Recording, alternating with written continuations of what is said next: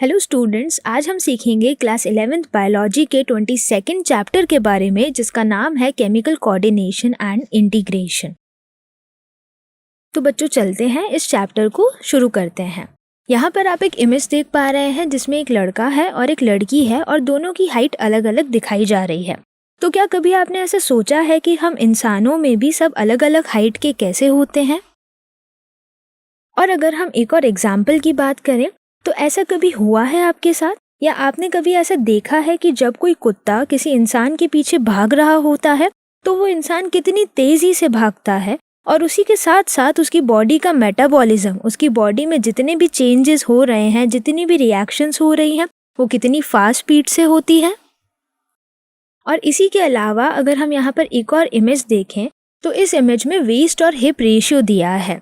अगर आप इस रेशियो को देखें तो आप इस रेशियो के थ्रू आप बता सकते हैं कि कौन सा इसमें से मेल है और कौन सी फीमेल है। तो अगर हम इस इमेज को देखें तो वेस्ट और हिप रेशियो से हम ये पता लगाते हैं कि जो हमारी फर्स्ट इमेज है वो मेल है और जो दूसरी इमेज है वो फीमेल है। तो बच्चों, हमारी बॉडी में ये जितनी भी एक्टिविटीज़ होती हैं उनका कंट्रोल और कोऑर्डिनेशन कौन करता है? इन पूरी बॉडी सिस्टम्स का कंट्रोल और कोऑर्डिनेशन हमारे दो सिस्टम के थ्रू होता है। एक सिस्टम है हमारा एंडोक्राइन सिस्टम और दूसरा सिस्टम है हमारा नर्वस सिस्टम। तो बच्चों, इसी के थ्रू अब हम हमारे चैप्टर की लर्निंग ऑब्जेक्टिव्स देखेंगे। तो हमारे इस चैप्टर के लर्निंग ऑब्जेक्टिव्स हैं, सबसे पहला एंडोक्राइन ग्लैंड्स एंड हार्मोन्स, दूसरा ह्यूमन एंडोक्राइन सिस्टम 1, तीसरा ह्यूमन एंडोक्राइन सिस्टम 2, चौथा hormones of heart, kidney and gastrointestinal tract, और last mechanism of hormone action.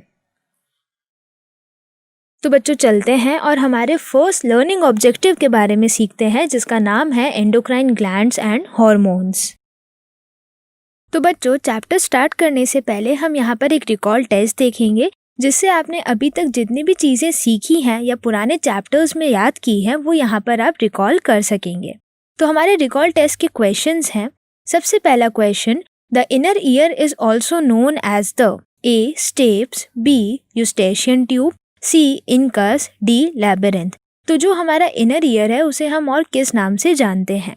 हमारा दूसरा क्वेश्चन है, the amount of light entering the human eye is controlled by A ciliary muscles, B pupil, C cornea, D iris. तो जो हमारी light enter कर रही है आईज में, उसे कौन सा ह्यूमन आई का पार्ट कंट्रोल करता है? हमारा थर्ड क्वेश्चन है, the change in the focal length of human eye is caused due to A pupil, B ciliary muscle, C cornea and D iris.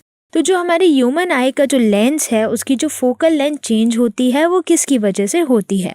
हम यहाँ पर वीडियो को 3 मिनट के लिए पॉज करेंगे ताकि आप इन तीनों क्वेश्चन के सॉल्यूशंस सॉल्व कर सकें। इसके बाद हमारे आगे के क्वेश्चंस हैं। Question number 4, External ear consists of A. Malleus incus stapes, B. Vestibule, semicircular canal, cochlea, C. Pinna, auditory canal and eardrum, and D. Eustachian tube and oval window. हमारा last question है, eardrum is also called as A. Tympanum, B.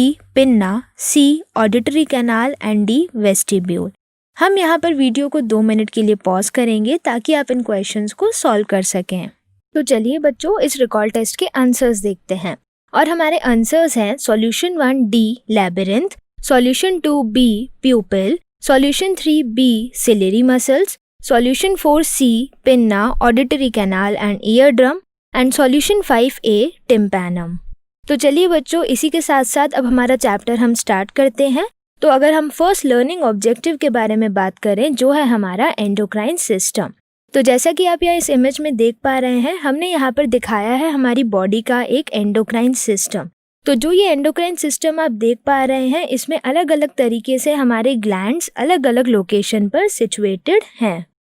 तो endocrine system को अगर हम detail में देखें तो इसमें आते हैं बहुत सारे ऐसे स्ट्रक्चर जो कि हमारी बॉडी में अलग अलग जगह पर प्रेजेंट होते हैं। तो चलते हैं, इन्हें डिटेल में देखते हैं। तो हमारा जो फर्स्ट सब टॉपिक है उसका नाम है इंट्रोडक्शन ऑफ एंडोक्राइन ग्लैंड्स। तो अगर हम इंट्रोडक्शन की बात करें तो एंडोक्राइन ग्लैंड्स की लोकेशन देखते हैं। सबसे पहला जो हमारा एंडोक्राइन ग्लैंड है वो है हाइपोथैलेमस, जो कि प्रेजेंट है हमारे ब्रेन के अंदर। दूसरा है हमारा पिट्यूटरी ग्लैंड जो हाइपोथैलेमस से थोड़ा नीचे ही प्रेजेंट है और ये भी हमारा ब्रेन में ही प्रेजेंट है। तीसरा है हमारा पीनियल ग्लैंड जो भी हमारे ब्रेन में ही प्रेजेंट है। इसके बाद हम बात करते हैं पैराथायराइड ग्लैंड की जो कि हमारे नेक यानी गले वाले रीजन में प्रेजेंट होता है। उसके बाद हम बात करते हैं थायराइड ग्लैंड की। थायराइड के बाद हम बात करते हैं थाइमस, एड्रीनल ग्लैंड जो कि किडनीज के ऊपर प्रेजेंट होता है, पैनक्रियास, ओवरीज जो कि फीमेल में प्रेजेंट होती हैं और टेस्टिस जो कि मेल में प्रेजेंट होते हैं। और ये सारे एंडोक्राइन ग्लैंड्स मिलकर रिलीज करते हैं केमिकल सब्सटेंसेस और इन केमिकल सब्सटेंसेस को हम नाम देते हैं हार्मोन्स, जो कि डायरेक्टली कहाँ रिलीज होते हैं, ये डायरेक्टली जाते हैं हमारे ब्लड के अंदर। तो क्योंकि इनके पास कोई ट्यूब नहीं है, कोई डक्ट नहीं है, कोई ऐसा सिस्टम नहीं है जिसमें ये हार्मोन जा सके हमारी कोई टारगेट साइट पर जहाँ पे इनकी रिक्वायरमेंट है, तो ये डायरेक्टली ब्लड में रिलीज होते हैं और इसलिए हम इन्हें एक और नाम देते हैं डक्टलेस ग्लैंड। तो जो हमारे एंडोक्राइन ग्लैंड्स हैं उनसे जो हार्मोन निकलते हैं वो डायरेक्टली ब्लड में जा रहे हैं और इसलिए इन्हें हमने क्या बोला, डक्टलेस ग्लैंड्स। तो अब अगर हम एंडोक्राइन ग्लैंड्स की डेफिनेशन को देखें, a gland which secretes hormones into the blood stream is called as endocrine gland. तो एंडोक्राइन ग्लैंड एक ऐसा स्ट्रक्चर है जो कि हार्मोन्स कहाँ रिलीज करता है, ये हार्मोन्स रिलीज करता है हमारे ब्लड स्ट्रीम के अंदर। तो बच्चों इनके अलावा हम कुछ और ग्लैंड्स की भी बात करते हैं, देख लेते हैं उन्हें। सबसे पहला है हमारे पास एक सलाइवरी ग्लैंड्स। सलाइवरी ग्लैंड्स की अगर हम बात करें तो इनके 3 तरीके के टाइप्स होते हैं। एक है हमारे पास पैरोटिड ग्लैंड, दूसरा है हमारे पास सब मैंडिबुलर ग्लैंड और तीसरा है हमारे पास सब लिंगुअल ग्लैंड। ये 3 तरीके के ग्लैंड्स होते हैं जिन्हें हम बोलते हैं सलाइवरी ग्लैंड्स, जो कि रिलीज करते हैं सलाइवा और ये डाइजेशन में मदद करते हैं, जैसा आपने डाइजेशन वाले चैप्टर में सीखा है। इसके बाद हम बात करें सलाइवरी ग्लैंड्स के अलावा हम एक और ग्लैंड की बात करते हैं जिन्हें हम बोलते हैं गैस्ट्रिक ग्लैंड्स। ये गैस्ट्रिक ग्लैंड्स प्रेजेंट होते हैं हमारे स्टमक यानी पेट में, जो कि डाइजेशन में मदद करते हैं। हम यहाँ पर एक और ग्लैंड की बात करेंगे जिसे हम बोलते हैं स्वेट ग्लैंड, यानी जो हमें पसीना आता है वो भी एक ग्लैंड होता है, उसके सिक्रीशन या मटेरियल जो रिलीज हो रहे हैं उसकी मदद से आता है और ये होते हैं स्वेट ग्लैंड्स।